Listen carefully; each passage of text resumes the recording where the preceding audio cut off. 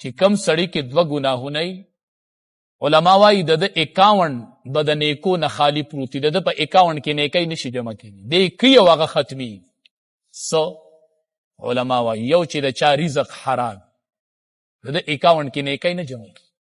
د تهجد کې الته حرام نونی خوري، سلوي خورزي د عبادت نه قبولیت اوچتي، اسی بلیږي قبولیت اوچت ته چې حرام نونی لاړه. او حدیث مبارک کې راځي چې د حرام نونی د وجنه په وجود کې کم اندام جوړ شوی عقب الله د جهنم په ور سیز. دویم علما لیکي بل څه ګناه دی، بل چې دی هغه حسد.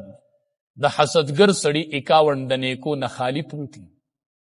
حدیث مبارک کې وایي حسد چې دی دا نیکی خوري کما تأکل النار الحطب، لکه څنګه چې اور لرګي خوري. لرګي اور ته وچ لرګي ولا کنه، څنګه دا لرګي خوري دا اور، نو څنګه چې دا اور وچ لرګي خوري، دا سي دا حسد چې دی دا د بنده نیکی خوري.